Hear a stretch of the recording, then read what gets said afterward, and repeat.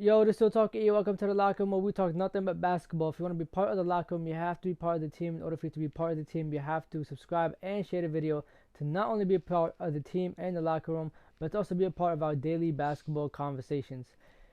Yesterday in the league was a calm night. We didn't have anything crazy going on. In fact, every single game was damn near a blowout. If it wasn't a blowout, it was like won by 8 to 10 points. And pretty much there's only 3 games going on yesterday. I don't know why they only had 3 games going on yesterday. Usually the NBA has like 11 games one night and 10 games the other. How? I don't even know how all these teams are playing back to back every single day. However, let's start off with our Celtics and Nuggets game. The game that I expected to be the most entertaining. The game I expected to be close, competitive, and probably even go to overtime. We had Jokic on the other team with MPJ, and I expected Jamal Murray to play. However, he did not play. Did not matter. And then we got in the Celtics, we had Jason Tatum and Jaylen Brown with Malcolm Brogdon coming off the bench and Marcus Smart, and I expected them to be a good team. The Celtics are the best team in the league right now.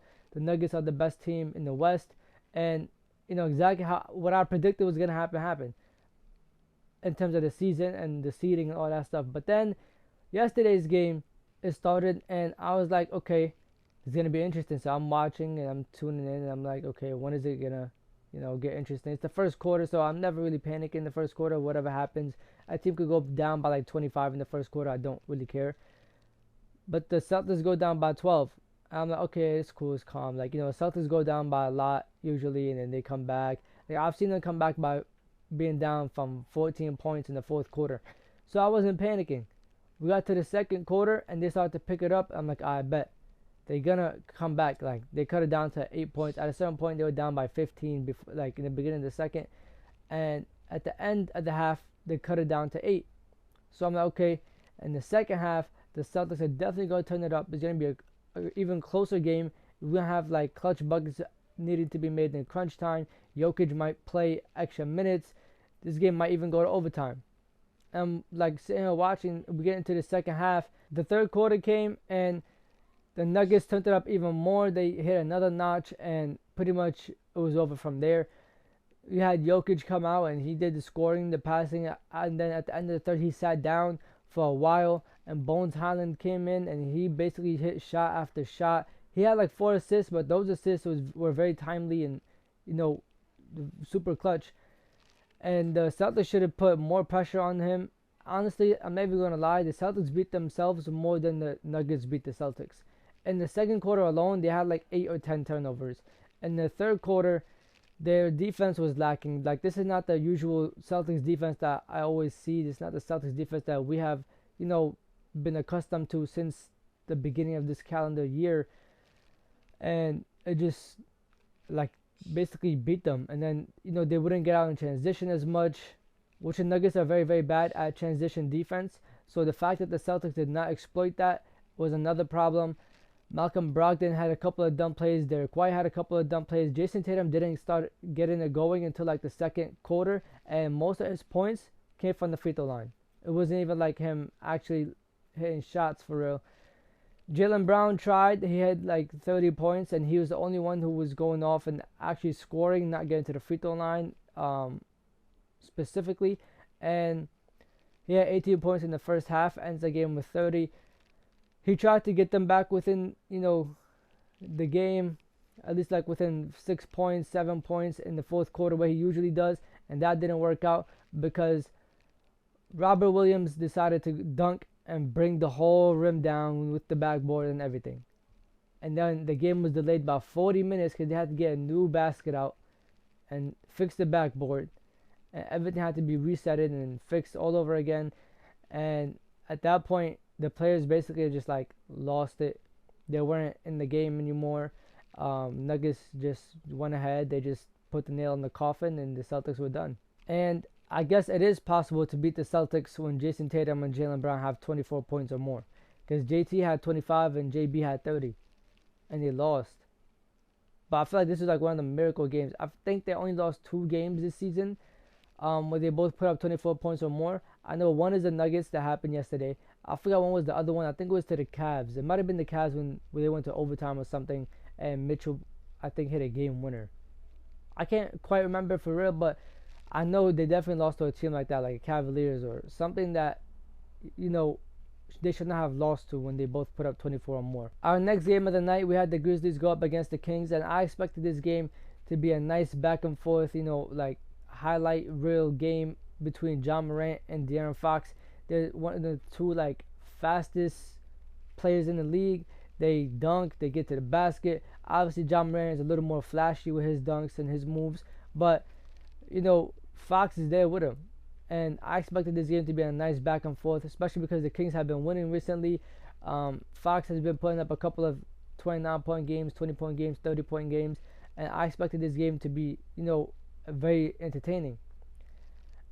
For a while, the Kings were in the game, and they were going back and forth. I mean, the half ended like 55-54, and then we get into the third quarter, and even in the fourth, early in the fourth, it was like 91-87, and I'm like, oh my god, this game is about to be interesting. Mind you, John Morant had 4 fouls going into the fourth quarter, and I was like, this is really bad because I don't know who they're gonna play, and in Josh's spot.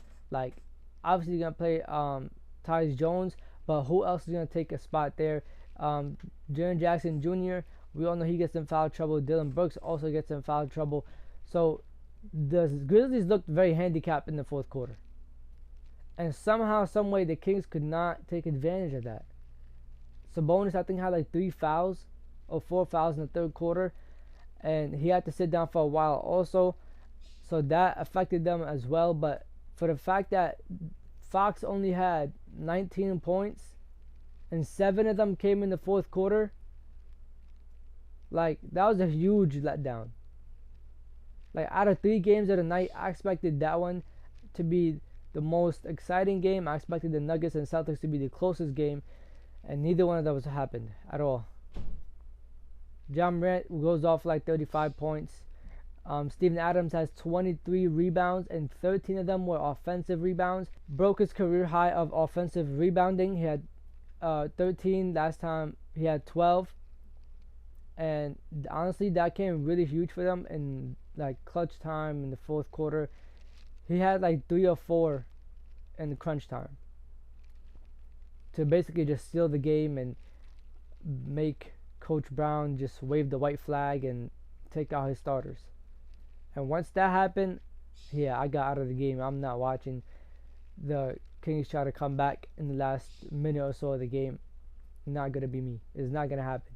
Especially if the starters already sat down. Malik Monk had a transition take foul and extra points being given up.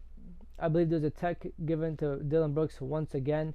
That's another extra point given up, but luckily the Grizzlies won and it didn't hinder them. He needs to stop doing that, I'm not going to lie, because at any given moment, that could be the reason why they lose. Like, if we go back to the playoffs, they lost to the Warriors because of a Dylan Brooks foul that made him, get suspended for like a day or two, and that basically messed up the Grizzlies. John Morant got injured after that, and it was GG's.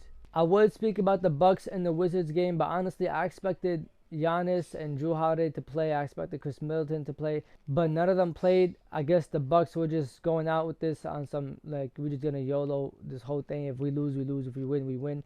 It does not really matter. I don't think the Bucks are really chasing the best seed in the league. They're not chasing a home court advantage. I think they just, want to win. They've done that already. They've won a chip already, and they just want to, protect their bodies and make sure they have enough energy for the playoffs. And as soon as the playoffs come, you'll see them play every single game.